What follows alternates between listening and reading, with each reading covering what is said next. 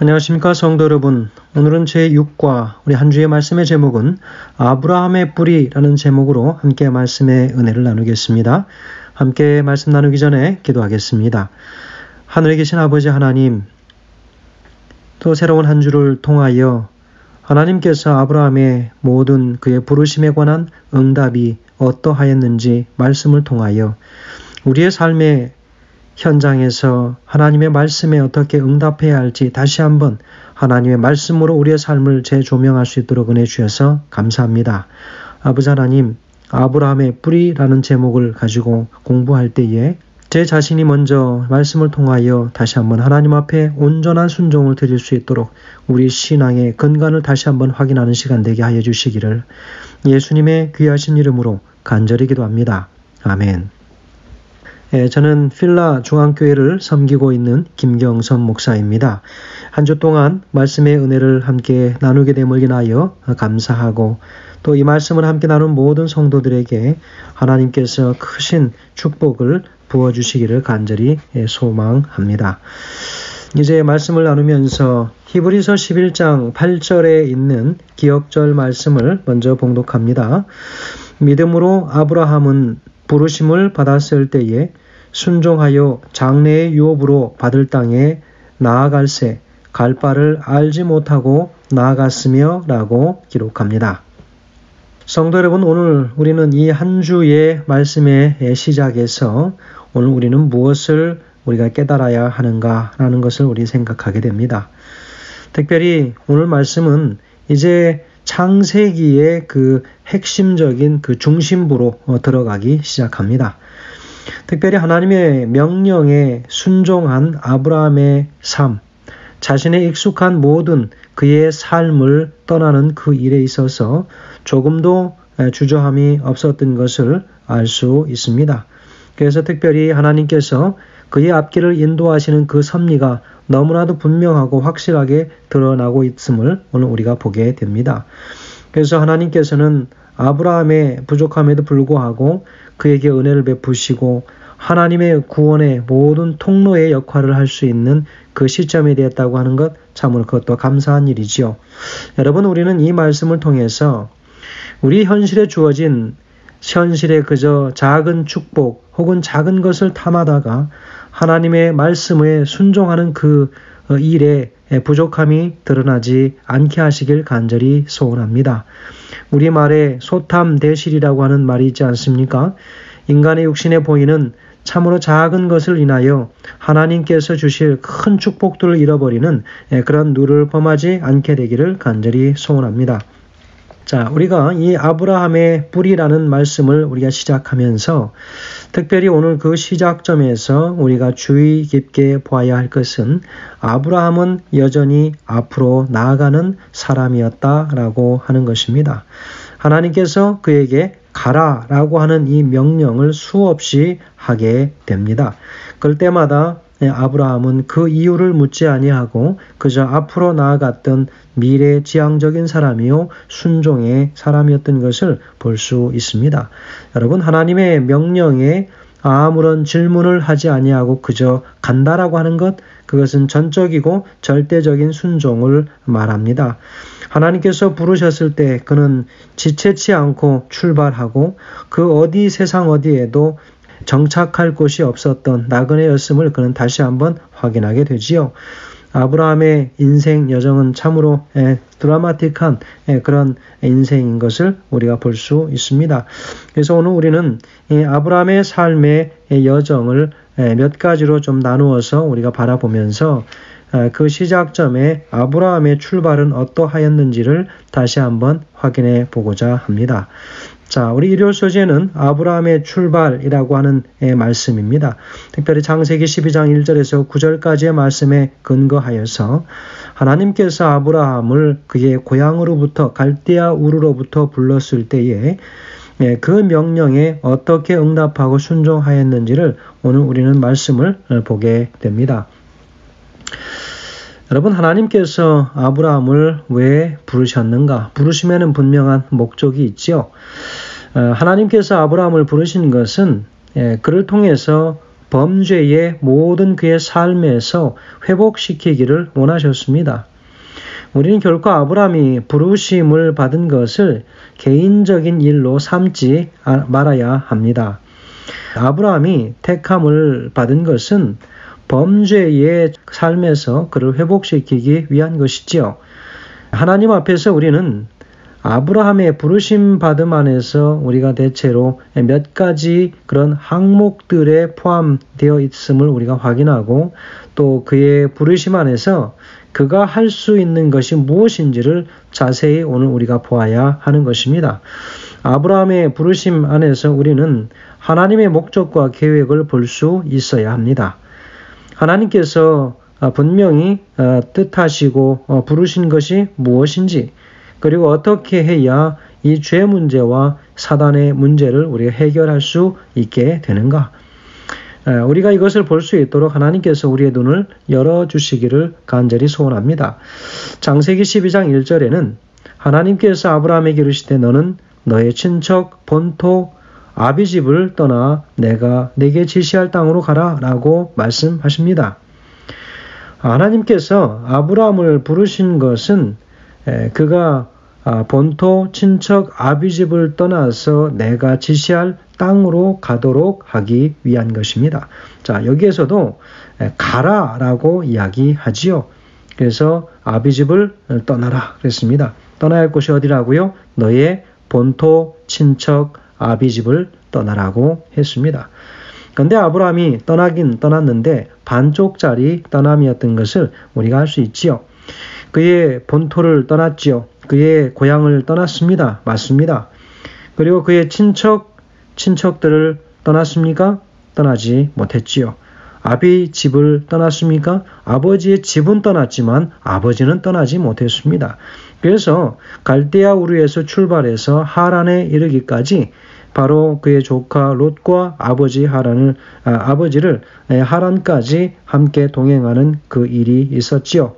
그래서 하란에서 그의 아버지가 죽기까지 하나님께서는 아브라함을 부르지 않으시고 아버지의 무덤 앞에서 아브라함을 다시 불러낼 때 아브라함은 지체 없이 그 땅을 떠나는 것을 보게 됩니다. 자, 보니까 본토 친척 아비집을 떠나라 라고 하는 그 이야기를 하시면서 내가 네게 지시할 땅으로 어떻게 하라고요? 가라라고 이야기하지요. 이 창세기 시작하는 이 12장 부분에서 가라라고 하는 이 7번 반복된 가라고 하는 이 말은 상당히 중요한 핵심 단어입니다. 여러분, 아브라함은 먼저 자신의 고향 바로 이 갈대아우로 어디입니까? 바벨론입니다. 이 바벨론을 떠나라고 한 것이지요. 그래서 바벨론에서 나오라라고 계시록 18장 4절에서 이야기하지요. 이 부르심은 성경에 기록된 선지자를 통해서 오래전부터 끊임없이 반복되어 왔던 말씀인 것을 우리는 기억하고 있습니다. 하나님께서 이 시대의 마지막에도 이 바벨론에서 당신의 백성들이 나와야 할 것을 우리에게 종용하십니다. 남은 백성들은 끊임없이 세상으로부터 나와야 하는 것이지요. 세상의 모든 그들의 삶을 휘어감고 있는 삶의 모든 유전과 또 세상 속에서 받았던 교육의 모든 그들의 삶의 형태 그리고 그러한 모든 교육들로부터 또 세상의 삶의 영향으로부터 이제 벗어나야 할 것을 이야기하고 그로 인하여 얻어진 삶의 모든 습관들이 변화가 와야 할 것임을 분명하게 우리에게 가르쳐 주고 있습니다. 하나님께서는 아브라함의 이 갈대아우로 다시 말하면 바벨론에서 어떻게 하라고 그랬습니까? 떠나가라고 하는 것입니다. 그래서 가라라고 하는 이 히브리의 이 표현에 보면 내 자신이 가라 혹은 내 자신을 위해서 가라라고 이야기하고 있다는 것이지요. 자, 여러분, 여기에서 떠나라. 첫 번째 하나님께서 아브라함에게 떠나라고 하는 것, 그 첫 번째는 기업을 떠나라고 하는 문제에 있습니다. 기업을 떠나라고 하는 거예요. 세상 가운데 주어진 모든 자신의 분복들, 그것들을 떠나라고 하는 것입니다. 2절에는요, 내가 너로 큰 민족을 이루게 하고 내게 복을 주어 내 이름을 창대케 하리니 그랬습니다. 여러분, 큰 민족을 이루는 것은 백성에 관한 문제이죠. 그러니까 하나님께서 기업에 관한 문제와 백성에 관한 문제를 해결하도록 요청하시는 것이지요. 너를 축복하는 자에게 내가 복을 내리고 너를 저주하는 자에게 내가 저주하리니 땅의 모든 족속이 너로 인하여 복을 얻을 것이다 그랬습니다. 바로 그것이 3절의 말씀이죠. 땅의 모든 족속이 너를 인하여 복을 얻을 것이다. 바로 이것은 하나님께서 아브라함을 택한 최종 목표를 분명하게 설명하고 있는 것이죠. 그래서 하나님께서 아브라함을 택하신 목적은 3가지입니다. 무엇일까요? 첫 번째, 여러분 기억하시기 바랍니다. 첫 번째는 그는 하나님께서 그에게 지시할 땅으로 가야 했습니다. 그리고 두 번째는 무엇이냐면 아브라함은 큰 민족을 이루고 하나님의 백성이 될 것이라고 하는 것이지요. 세 번째는요, 모든 민족이 그를 인하여 복을 얻게 될 것이다 하는 것입니다. 자, 그러면 첫 번째로 내가 내게 지시할 땅으로 가라라고 하는 하나님께서 아브라함을 택한 목적, 바로 가라고 하는 것입니다. 어디로요? 선택한 땅으로. 하나님께서 아브라함을 부르신 것은 그가 본토 친척 아비짐을 떠나서 하나님께서 그에게 지시할 땅으로 가라고 하는 것입니다. 본래 아브라함이 거한 땅은 갈대아 우르였죠. 그 땅은 우상 숭배를 하던 땅입니다. 그의 부친 데라, 그리고 그곳에서 우상을 숭배했고 우상을 파는 장사꾼이었습니다. 우상단지를 집에 다 모셔놓고 파는 사람이었습니다. 하나님께서 아브라함을 부르신 것은 무엇입니까? 우리가 적극적인 면과 소극적인 면 두 가지를 우리가 놓고 본다면 첫 번째 이 소극적인 면은 무엇이냐면 그의 본토 친척 아비집을 떠나서 우상 숭배에 의해서 벗어나라고 하는 것입니다. 거기에서 떠나라. 여러분, 우리가 보다 더 영적이고 적극적인 면을 본다면 무엇을 우리가 생각할 수 있겠습니까? 하나님께서 지시할 땅인 가나안으로 들어가서 만유의 주제이신 지극히 높으신 하나님을 바르게 섬기기 위한 것이었습니다. 하나님께서 아브라함을 부르신 것은 그가 가나안 땅에 들어가서 거기에 거하면서 하나님을 나타내는 것입니다. 하늘들의 권위를 행사하기 위한 것이죠. 하나님은 그 땅을 아브라함의 자손에게도 주셨습니다. 하나님은 아브라함과 그의 자손들을 통해서 그 땅이 하나님께 돌아오고 그 땅에서 하나님의 권위가 통행되고 그리고 하나님의 영광을 나타내기 위함이었습니다. 이것이 하나님께서 아브라함을 부르신 그 목적의 첫 번째 항목에 해당하는 것이겠죠. 마태복음 6장에 보면 우리 주 하나님은 이렇게 제자들에게 기도하며 가르치신 것을 볼 수 있습니다. 하늘에 계신 우리 아버지여, 이름이 거룩히 여김을 받으시오며 나라에 임하옵시며 뜻이 하늘에서 이룬 것 같이 땅에서도 이루어지리다 그랬습니다. 여러분, 하나님의 뜻은 그분의 백성이 그분의 권위와 뜻을 이 땅에서 펼치고 이 땅에 온전히 안착 그리고 평안하게 모든 사람들이 그 말씀에 순종하도록 가르치기 위함입니다. 오늘날의 교회는 마땅히 하나님의 영광을 표현하는 곳이 되어야 하겠지요. 하나님의 권위와 뜻이 통용되는 그런 곳. 만일 우리 하나님의 뜻을 순종하고 하나님의 권위로 그들 위에 통용되게 하는 이 한 무리의 백성이 있다면 그들이 있는 곳은 하나님의 권위와 뜻이 가능한 것일 것입니다. 하나님께서 이 땅 위에서 당신의 백성이 될 자들을 얻고자 하시는 것은 그분의 권위와 뜻이 하늘에서처럼 이 땅에서도 그들에게 이루어지기를 원하시는 것이지요. 이것이 하나님께서 아브라함을 부르신 목적이고 또 우리를 그분의 백성으로 부르신 뜻일 것입니다.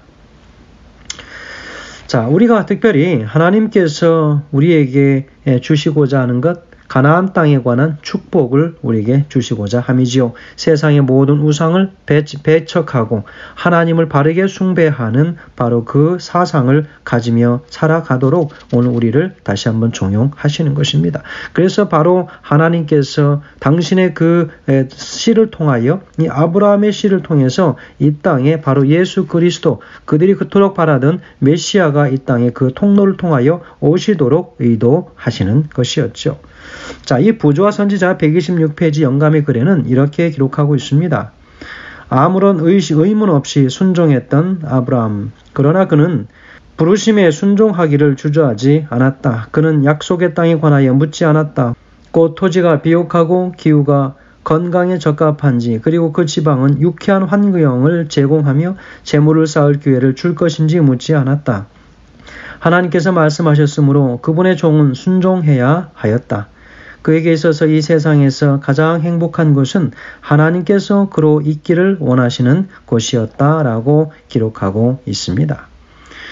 아브라함은 모든 민족을 위해서 축복의 통로가 되기 위해서 그동안 그가 삶에 익숙했던, 그리고 모든 것이 편안하고 안락했던 것을 다 버리고 하나님께서 보여주실 땅으로 가라라고 하는 것이었습니다. 성도 여러분, 우리가 살아가는 이 모든 안전지대처럼 느껴지는 이 삶의 테두리, 이 영역에서 하나님께서 때로는 우리에게 가라고 과감하게 말씀하십니다. 여러분, 우리는 어떻게 할까요?